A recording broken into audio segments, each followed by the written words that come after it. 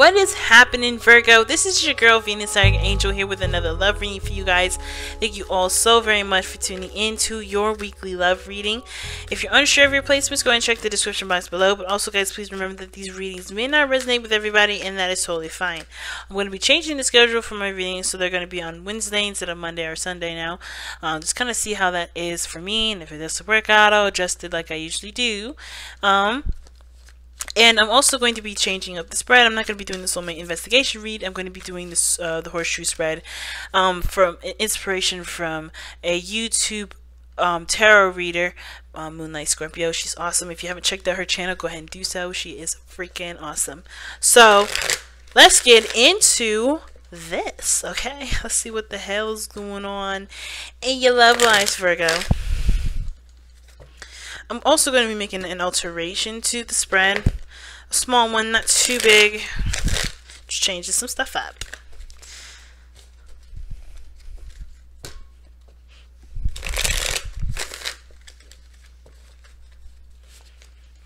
Excuse me. Changing my diet up, trying to get a little healthier. So I do apologize for that, guys. That's really gross. Alright. So, your past card is the Two of Coins. Okay, that was right side up. I flipped that around. Okay, so Two of Coins is in the past. The present is death. Okay, your future is the Chariot. Okay, that's not bad. Your best path to follow is the Page of Wands.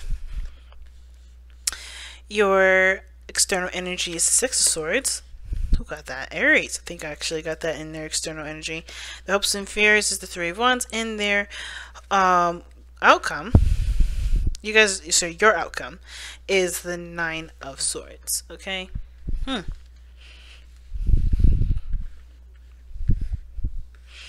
Very interesting. Now, the card, you know, the alteration I have here is I'm going to be pulling a messenger oracle card for your hearted reading instead of a tarot card. And let me go ahead and see what we pull here.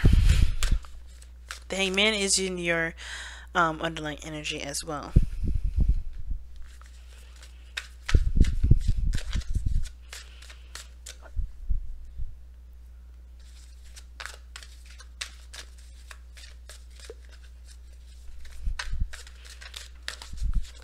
Alright. Oh gosh.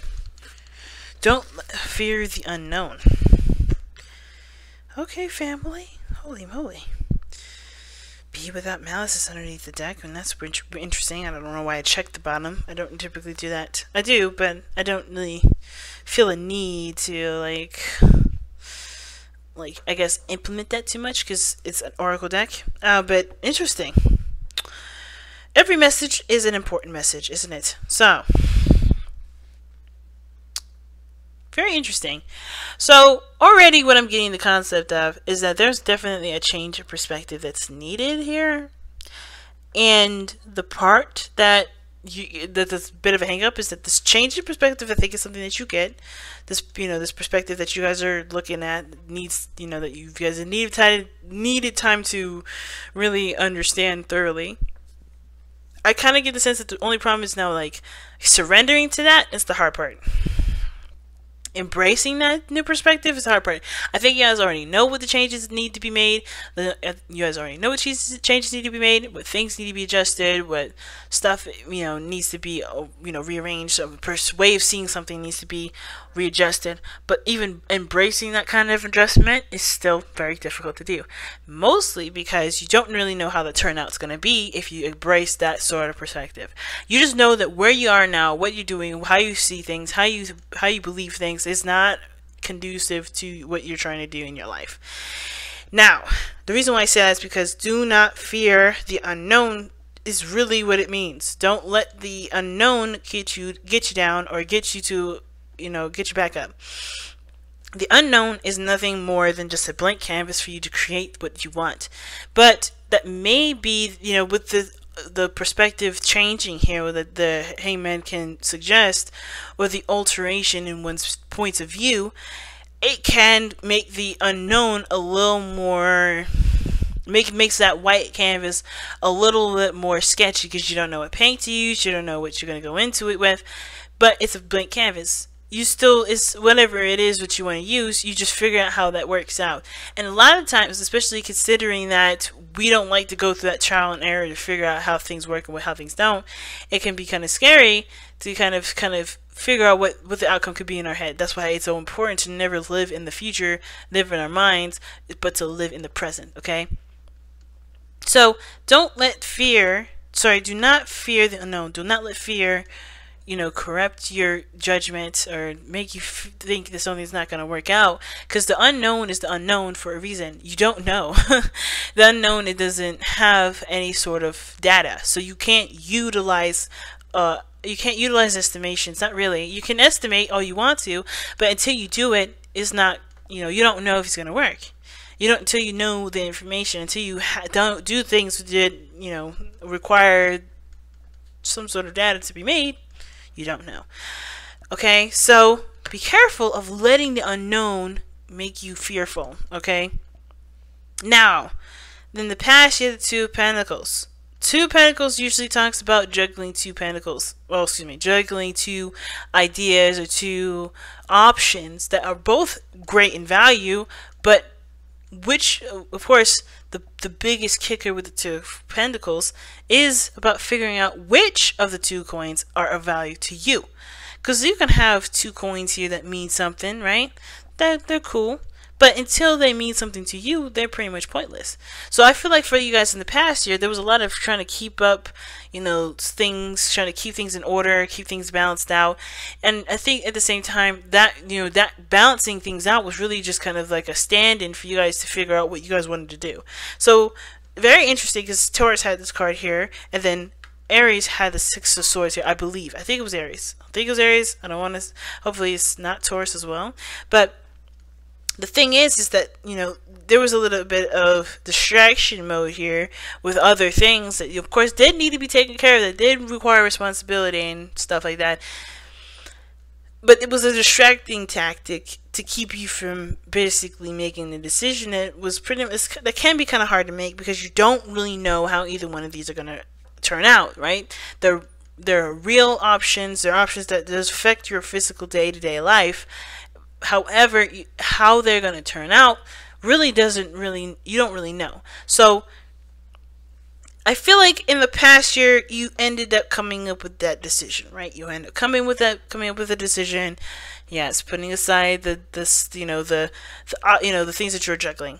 And that's where the adjusting, the changes are coming in at this moment. No, surrendering to a certain perspective, realizing what doesn't work for you, seeing things from a different side or a different point of view, and embracing that point of view to be able to release it now. At the same time, I kind of feel like for a lot of you guys, there was distractions here, period. There may not have been a decision made, which is why death is coming up, because you're realizing something is not working now, some things are not serving you. That, I think, you know, this distracted period in a way was a way for you to look at a situation to see what you needed to see to be able to make space for something new to come into your life. Like, again, you're not doing anything to bring something new in. I shouldn't say that. You're not actively bringing something new in. You're clearing space for something new to come in. So for when you're ready to make the decision to start something, you have the space to do it. And it comes from releasing either an old way of seeing something, an old behavior pattern, an old belief system, old resentments, anger, frustration from the past, old exes, whatever this is that's kind of made it hard for new things to come into your life. You're cleaning that. You're sweeping the floor. You're done with it. You know what I mean? You're putting it in the dustbin. You're throwing it in the trash. You're done with it. Or you're trying to be. But the thing is that this kind of perspective and way of being has kept you safe. It's kept things stable for you. It's a way that's kind of held you down for a while. So it's kind of hard to kind of go and change something that's kind of made your life a lot easier. But it's also put your life on a standstill, and it no longer serves. So it's like noticing what does not serve you. And the hard part is the changes. Not just to let that go, but to embrace something unknown. Okay, because the Chariot's coming up in the future. I think you're going to be freaking great with it. Whatever comes in, you're going to work with it. You're going to feel very much in control. You know you're going to be in control of it, because no matter what comes in, you guys are going to be able to handle it, because you see the situation as something that you can handle. But right now, it's really just like, oh my goodness, if I let this go, if I change this up, how is this going to work? How is this going to be? How is my life going to turn out? How is this relationship going to be okay? How am I going to be okay in this relationship? Is that other person going to be okay in the relationship? Don't worry. Everything will, you will figure things out as you go along. Don't let the possibilities keep you from changing or adjusting to the changes.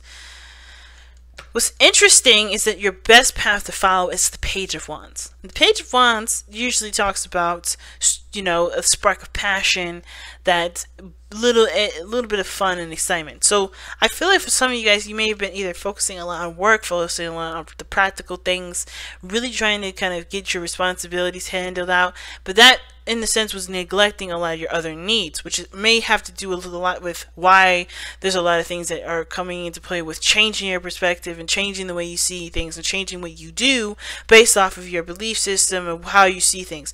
Because maybe there's a certain perspective, maybe, and it's really weird, and hear me out, maybe there's been a lot of people or feedback from someone or people or someone else or whatever, whoever you're dealing with, that's saying maybe that your stress is spilling out and it's projecting itself onto other folks. That's just an example. That would call for you to acknowledge what's going on emotionally instead of using work to distract yourself from what's causing you that grief in the first place, to make you do that work. So I feel like death is actually clearing away what you're doing as a distraction to keep you from looking at why you feel a certain way, which is, again, the unknown really can also indicate, fearing, drowning in your emotions. Okay.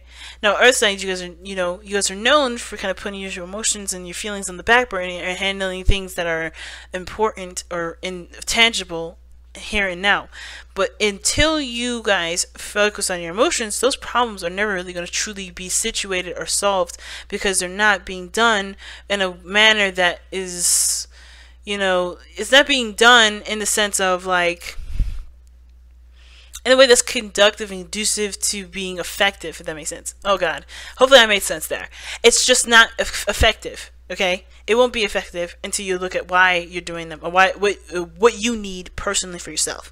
To handle yourself, you can honestly hash out what these situations are, really create some effective balance. But until then, if you're using it as a distraction, are you really, able to effectively change or to adjust or to provide stability and structure to these issues? Probably not, because you're using these problems as a way to, to just kind of take a break from what you've been feeling. And I feel like the biggest thing is that these distractions are no longer working, which is why this is why you're having to look at your emotions. And it's hard to do, especially if they're hurtful things, especially things from the past that you haven't been able to let go of, because the cards that are indicating that there's a lot of pain, resentment, or otherwise, is death and the Six of Swords. And the Page of Wands is asking you to take this moment to not only express yourself, express those emotions, to just be real with yourself in the moment and be like, hey, you know what? I'm still pissed off, and the reason why, and etc., and looking at what's going on and what's bugging you. And it's also having a little more fun. No longer drowning yourself in work to cover up what you're not trying to look at emotionally. Because that will give you the control that the Chariot is suggesting here. That's what's going to help you, make you feel more empowered, make you feel like you're balancing your situation a lot better, a lot effectively and efficiently, because you're no longer using these issues to keep you grounded. You're now allowing your emotional self to express, to be open, to be human, to allow yourself to be human, and allow yourself to just address what's been bugging you, so you guys can really come up with some efficient ways to handle the situation that's coming up, as well as feeling more empowered and feeling less stressed out. Okay, so I really feel like this is like a balance for everything: work, play, play, time for yourself, you know, finding a good balance. But it comes from removing the things that are no longer able to help you in any way. Ignore what those emotions are trying to say, okay, and emotions are trying to express. Right now, at the same time, the unknown doesn't have to be emotions. It could just be that there is a distraction, like you're distracting yourself from making a decision that, again, that you don't know the outcome from. And the Page of Wands is saying, just, you know, don't, instead of looking at what the possibilities could do, the wrong things, you know, what could go wrong, or even just what could go right, allow yourself to just figure out what you want to do and go for it. Take the steps and just go for it. Don't worry about overthinking it or making sure it's the right decision, because any decision, as long as you put your heart and soul into it, can be the right decision. It can turn out beautifully and successfully, but it requires you to just pick something and go with it. But it's interesting that the Page of Wands comes up like that, because that's a card of fun. That's a card of being child, you know, like tapping into your youthful energy. Okay? And death is letting something go, moving on, leaving something behind, and you know, allowing and making space for something new to come in, like the Six of Swords would suggest. Six of Swords and this Death card are actually, in my opinion, are pretty much the same card. The only difference is that Death is on an extreme note, where it's kind of like it's affecting your day-to-day life in such a really big way that there's nothing really to do other than to release what's been keeping you from being able to allow new things to come in. Whatever, you know, to clean the area that new things can pretty much, you know, take up the space of, that will actually make you happy, versus what's been keeping itself there.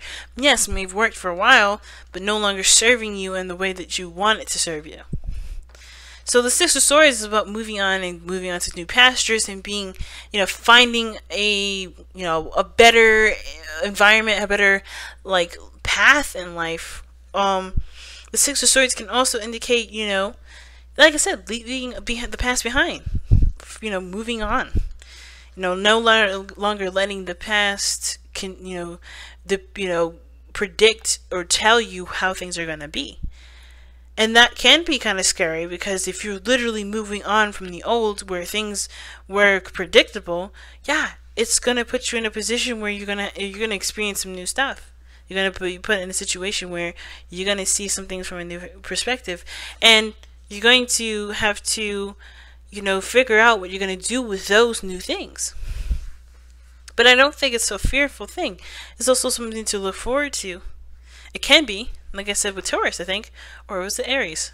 It's always, I can't remember which one it was, but it's something to look forward to. But the part that's biggest with the Six of Wands and Six of Swords rather, is the leaving it behind part. You know, growing from that situation, expanding your horizons. Now, your hopes and fears is the Three of Wands, and I feel like you guys hope for what you guys have, you know, been manifesting, whatever it is that you've been expecting, whatever you've been putting your hard work towards. I feel like you guys really hope to see that come in. You know, I think you guys are either waiting for something to come into, you know, that like I said, you've been putting hard work into. I think the fear is that you kind of, you know, you're just going to be sitting there left waiting forever. But the biggest thing is that in order for there to be the return of what you want, there has to be work done in the meantime, which is pretty much focusing on yourself, learning, looking at what needs to be forgiven, what needs to be moved on from, you know, what resentments may or may not be serving you anymore, you know, or what situations, what patterns, what behaviors, what lifestyles, what kind of structure you have, what that situation is doing for you, and how that's going to help manifest things that you want into your life. There's always something that you can do here with the Three of Wands instead of just waiting. And I feel like what you guys want is success, is you want, you know, to feel more empowered and feel more strong. But it starts by leaving behind the things that no longer serve. Okay? Now, what's interesting is that your outcome is the Nine of Swords. And that Nine of Swords is talking about knowing, you know, it's all about, you know, the worries, the doubts, and the stresses That's not a word, but I think it's funny to say. All the stress that's on your mind, all the things that are conjured from your mind, from the stuff that you've been through, that's even developed and even created all these stresses and doubts. That's what you're cleaning. That's what you're clearing the air of. That's what you're seeing a different perspective of. You're having more hope here. Page of Swords.